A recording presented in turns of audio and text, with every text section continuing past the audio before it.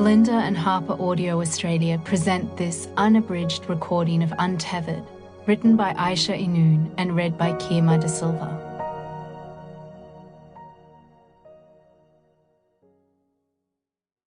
For everyone who has made the brave journey of leaving their home in search of another.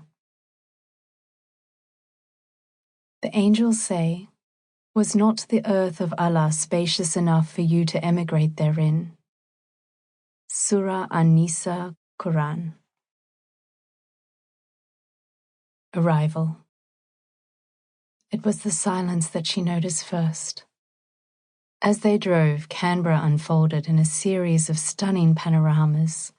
Still blue lakes, distant mountains wreathed in clouds, fields of dry, golden grass, vivid green branches that rose towards a low-hanging sky, pierced by the sharp tip of the Black Mountain Tower.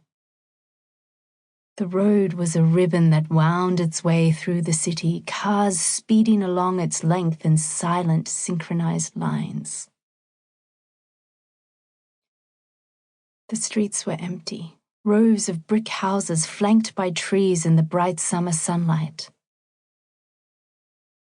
The only signs of life were the flutter of clothes on a line, a child's toys in one of the yards.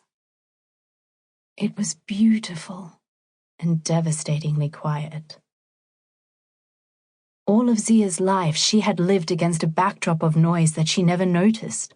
Rumbling traffic and beeping horns, barking dogs and screeching roosters, the peal of temple and church bells, calls to prayer from the mosque, the television downstairs, the radio next door. She was used to a litany of voices, peddlers calling out their wares, the laughter and chatter of people in the street, babies crying, the warmth in her mother's voice as she called out Zia's name. Now, in the unfamiliar landscape of silence, the soundtrack of the life she knew looped in her head. She was tired after the full day of traveling, the hours of waiting between the connecting flights from Colombo to Singapore and then Melbourne to Canberra. Farah, irritable from a lack of sleep, had cried for most of the last few hours of the journey, sobbing that she just wanted to go home. "We are going home," Zia had said, trying to comfort her. "Home in Australia with Daddy." But how could she expect Farah to understand when she herself was still struggling with the idea of what home meant, now that they had left behind everything and everyone they had known and loved all their lives to begin a new life in a different country? Farah didn't stir as Zia gently unbuckled her and carried her into the house. She laid her on the sofa in the living room as Rashid carried in their luggage, the brand new Samsonite suitcases bought especially for this momentous journey. The midnight blue bags were heavy with the weight of her decisions, the things they brought with them, the things they left behind. How do you choose the most precious objects of a lifetime when moving to another country?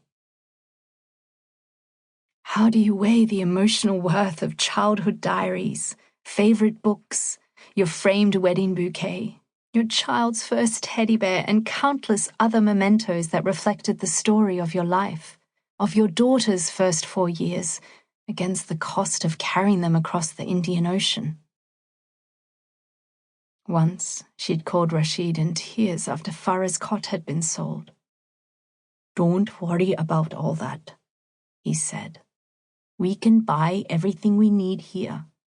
There's a website called Gumtree and people just give away things for free on there or sell them very cheap.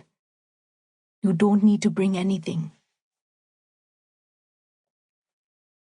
He told her he was collecting furniture and knickknacks for their new home, and each time he bought something, he would send her a photograph.